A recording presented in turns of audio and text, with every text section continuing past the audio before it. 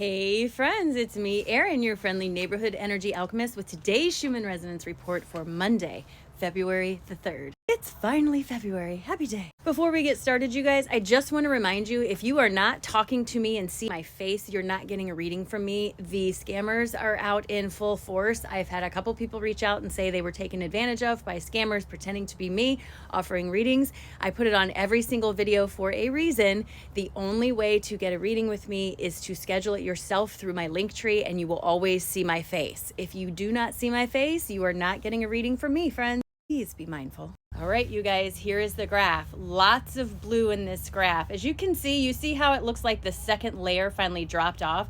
That is the full integration of this timeline. Remember how I told you it always looks like there's two layers together until it fully integrates? You can see right here where that layer cuts off, friends. We fully have integrated this timeline jump from back here, which is great, and it's going to mean different things for different people. For me, it has meant that lots of weird stuff is happening, small little things out of place. I had my own personal Mandela effect, all kinds of stuff going on. The other thing I will tell you is this green, this is like static in the air, and I'm going to show you. On the Italian graph, this is that green. We have a tiny, tiny bit of release coming in, but this is like the static in the air. For me, I always see this and feel this usually pretty close to when we're about to get a big push of energy. Usually white energy, not always, but usually. So this static in the air, if you're feeling a sense of anticipation, you're not alone, friends. I'm feeling it too. With the calm energy, the blue is an indication of homeostasis, which means balance between incoming and outgoing energies. When you are in homeostasis like this, my guides are always encouraging us to get back to your frequency. Make sure you are aligned with yourself, doing your meditations or whatever it is. It's kind of like a realignment of yourself. You're not getting any incoming and you're not being encouraged to release any. Now is the time to get back in touch with you and your resonant frequency. Meditation is definitely one way to do that, but there's another way you can do that that's pretty easy, and I know it looks and sounds weird, but it works. You have a unique frequency. Struggling with my word. You have a unique frequency. So if you hum, that is your sound, your frequency. You are the only one who makes that specific tone when you hum. If you are really struggling with your anxiety, if you can close your eyes and just hum, you will snap your energy back to you because you are audibly making the sound of your frequency, calling it back to you, friends. So if you start to have anxiety, if you start to feel like your energy is running away with you, this is something you can do. Just close your eyes and that is your frequency, and it calls your energy back to you. The other thing that was told to me in meditation is changes are good, even if they feel like contrast in the moment. If there was no contrast, nothing would ever change. So as contrast comes up in your life, as hard as it is to look at it as a motivating factor, I encourage you to do that. Look at the contrast around you as a way to figure out what you actually do and don't want for yourself, and then make inspired changes to move in the direction you want to find yourself. This is why we have an incarnation and why we experience contrast, so that we can make choices that better suit us. And I understand, and I'm not saying it's going to be easy for everybody, and I understand everybody's in a different situation, but I also understand that you are 100% in control of what you choose to focus on. And if you are choosing to focus on stuff that just makes you feel like crummy breadcrumb crap, then you know what?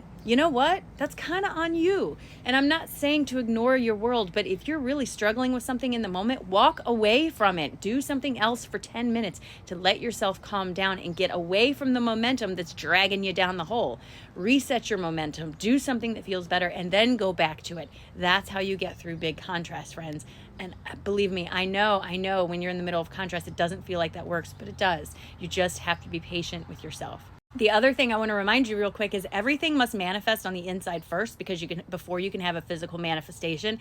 It is the drawing down of that manifestation through the different frequency levels into one that is dense enough for it to materialize as something, as a manifestation that you can see, touch, taste, or hold. And what I want you to understand is that all those changes have to happen inside first. So as long as you have resistance, as long as you are telling yourself it'll never work, as long as you don't believe it, it's not going to work. You have to let that go and then give it time to come forward. It's not magic, so it's not going to materialize instantly, but it will happen if you give yourself permission to just work in that direction. I know it sounds tough, but it actually works. It really, really does. All right, so here's the cards for today. First card that comes out is inner conflict. Listen, you guys, the inner conflict that a lot of us are experiencing is because we have an ineffective team around us. What that ineffective team looks like for you could be as small as a spouse or as large as the government. It just depends on you and where you are. But this ineffective team has taught us that our creative vision should not be first, and that's backwards. That's where the feeling of heartbreak comes from, when you are ignoring this creative vision that's trying to come to the surface to lead you forward, because your creativity comes from source, friends. Your heartbreak comes from ignoring that creative vision. My guides are asking you to see the truth of the situation and to actually move in the direction that feels better for you.